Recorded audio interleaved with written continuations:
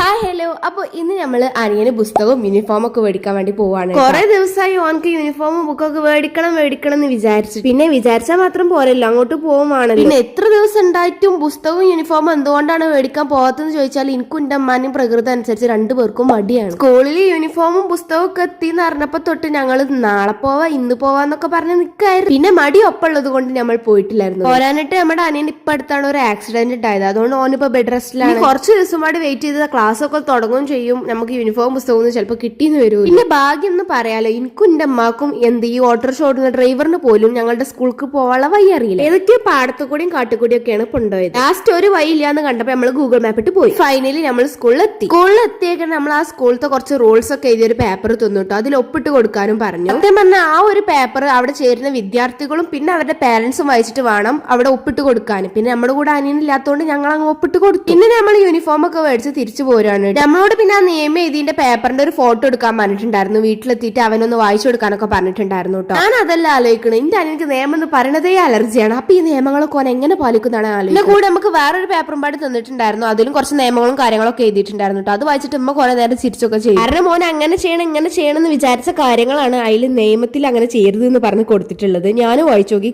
കുറെ കോമഡിയാണ്. ഏതായാലും പറയാതെക്കാൻ വയ്യ, ഓൻ ഒരു കാര്യത്തിൽ മാത്രം ഭയങ്കര വലിയ ഭാഗ്യവാനാണ് കേട്ടോ. കാരണം ഇനി വല്ല PTA മീറ്റിംഗോ കാര്യങ്ങളൊക്കെ വെച്ചാൽ തന്നെ ഇനി വീട്ടിലെത്തിയിട്ട് ചീത്ത കേൾക്കുന്നുള്ള ഒരു പേടി വേണം. കാരണം സ്കൂൾ കുറെ ദൂരം ആയതുകൊണ്ട് തന്നെ സ്കൂളിൽ നിന്ന് വരുന്ന വഴി തന്നെ നല്ല ചീത്തയും കാര്യങ്ങളൊക്കെ കിട്ടിക്കും. അതുകൊണ്ട് തന്നെ വീട്ടിലെത്തുന്ന ടൈമിൽ നമുക്ക് ശാന്തിയും സമാധാനവും കിട്ടും. ബട്ട് എനിക്കങ്ങനല്ല, എന്റെ സ്കൂൾ ഇവിടെ എടുത്താണ്. അതുകൊണ്ട് തന്നെ 2 കുറ്റി പുട്ട് കയറ്റി ഇറക്കാനുള്ള അത്രയും സമയം എന്നെ ചീത്ത പറയും. ഇനി ആരും കേട്ടില്ല കണ്ടില്ല പറയരുത്. ഉമ്മ ഇട്ടിക്കണ പർദ്ദ എന്റേതാണ്. ഇനിയിപ്പോ ഇത് പറഞ്ഞാലും ഇല്ലെങ്കിലും ഉമ്മ എന്റെ പർദ്ദ ഇട്ടാണ്ട് തന്നെ നടക്കും. ഉമ്മക്ക് ഇനി അത്ര പർദ്ദ ഉണ്ടായിട്ടും കാര്യമില്ല.